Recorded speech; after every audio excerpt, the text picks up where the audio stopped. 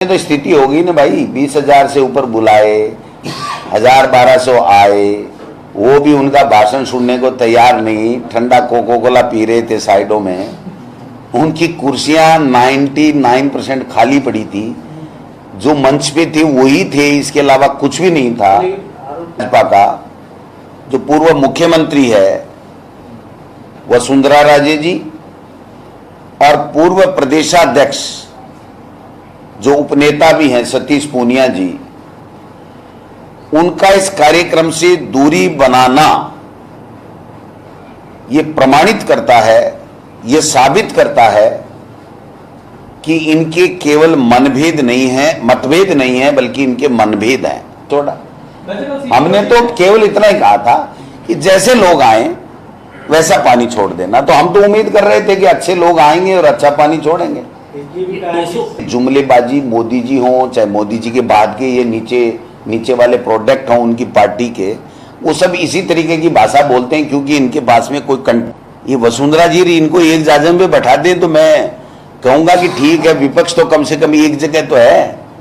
हम तो एक बार इस 5 साल में विपक्ष को एक जगह देखना चाहते हैं। सत्ता में तो आग लपा रहे थे कि ईडी आएगी, ईडी आ गई, जांच कर रही है, किसी को कोई तकलीफ नहीं है। अब इनका मुद्दा ही खत्म है। नाथी के बाड़े का जो वो उपयोग कर रहे हैं, ये एक ब्राह्मण महिला जो समाज सेवी थी, बाल विधवा हो गई थी, सबकी मदद करती थी, किसी से मदद के बदले कुछ भी नहीं लेती थी, ऐसी महिला थी नाथी बाई। और उसका बाड़ा मतलब उसका घर, उसका बार बार नाम लेकर के वो एक समाज सेवी विधवा ब्राह्मण महिला जिसने समाज की सेवा की, सब कुछ त्याग दिया, कोई लोभ लालच नहीं था, ऐसी महिला का जिसको हम सम्मान से नाम लेते हैं उनका अपमान कर रहे हैं, इसके अलावा कुछ नहीं कर रहे हैं। और ये जुमलेबाजी मोदी जी हों चाहे मोदी जी के बाद के ये नीचे वाले प्रोडक्ट हों उनकी पार्टी के, वो सब इसी तरीके की भाषा बोलते हैं क्योंकि इनके पास में कोई भाषण जानते भी नहीं। सीपी जोशी जी का कोई भाषण नहीं होता है और एक दो जुमला ऐसा राजेंद्र जी राठौड़ छोड़ देते हैं जिससे वो तो छप जाते हैं और वो बेचारे रह जाते हैं। तो ये बड़ा तो स्थिति होगी ना भाई, 20,000 से ऊपर बुलाए, 1,000-1,200 आए, वो भी उनका भाषण सुनने को तैयार नहीं, ठंडा कोको कोला पी रहे थे साइडों में। उनकी कुर्सियां 99% खाली पड़ी थी, जो मंच पे थे वही थे, इसके अलावा कुछ भी नहीं था। हमने तो प्रशासन को कहा था कि जैसे लोग आए वैसा पानी छोड़ देना। अब वो प्रशासन से पूछेंगे कि उन्होंने कैसे लोगों के लिए कैसा पानी छोड़ा। हमने तो केवल इतना ही कहा था कि जैसे लोग आए वैसा पानी छोड़ देना, तो हम तो उम्मीद कर रहे थे कि अच्छे लोग आएंगे और अच्छा पानी छोड़ेंगे। भाई देखो, सरकार जब होती है तो हर कार्यकर्ता अपने आप को मुख्यमंत्री समझता है क्योंकि उसकी मेहनत, उसके खून पसीने से वो पार्टी सत्ता में आती है। तो ये तो 200 तो कम बता रहे हैं। हमारे तो जो हर कार्यकर्ता है कांग्रेस का, वो सरकार बनाने में जिसका सहयोग था, वो सब अपने आप को मुख्यमंत्री, मंत्री, प्रदेशाध्यक्ष और सब समझते हैं और समझना भी चाहिए। इनके यहाँ 2-4 को ही समझो, बाकी किसी को मत समझो। ये कर्नाटक में आपने कहा कि 40% का भ्रष्टाचार है, अरुण सिंह जी कह रहे हैं कि 22% का भ्रष्टाचार है राजस्थान में। अरुण सिंह जी को कौन सुनता है यार? कोई सीरियस लेता है क्या अरुण सिंह जी को?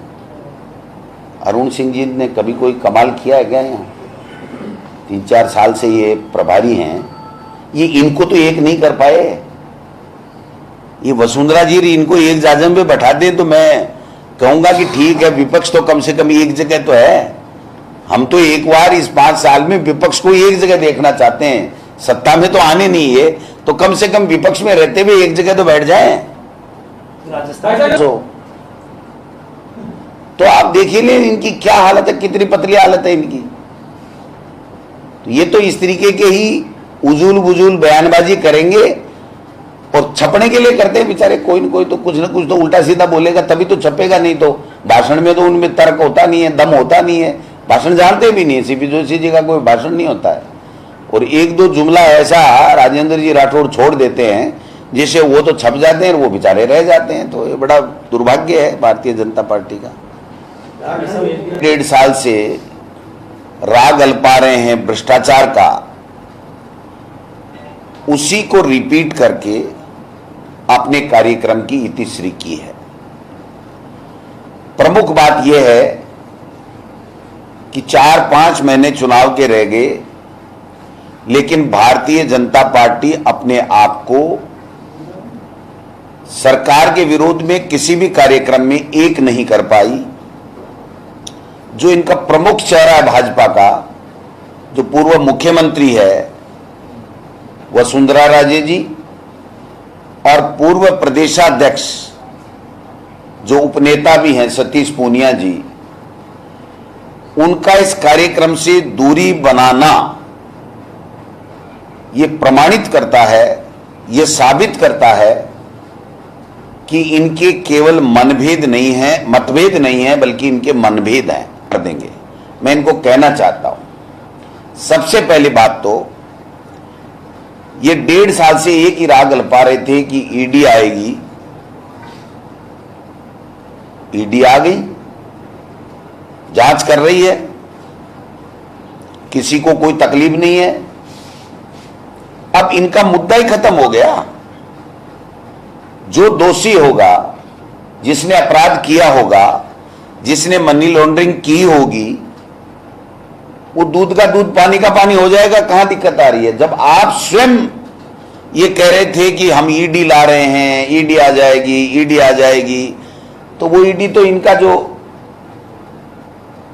बार बार कहना था वो ईडी आ चुकी है। तो अब इनको इस मुद्दे नहीं, अब तो वोट जुट जाएंगे भाजपा के। वोट तो आदमी तो डालते हैं भाई।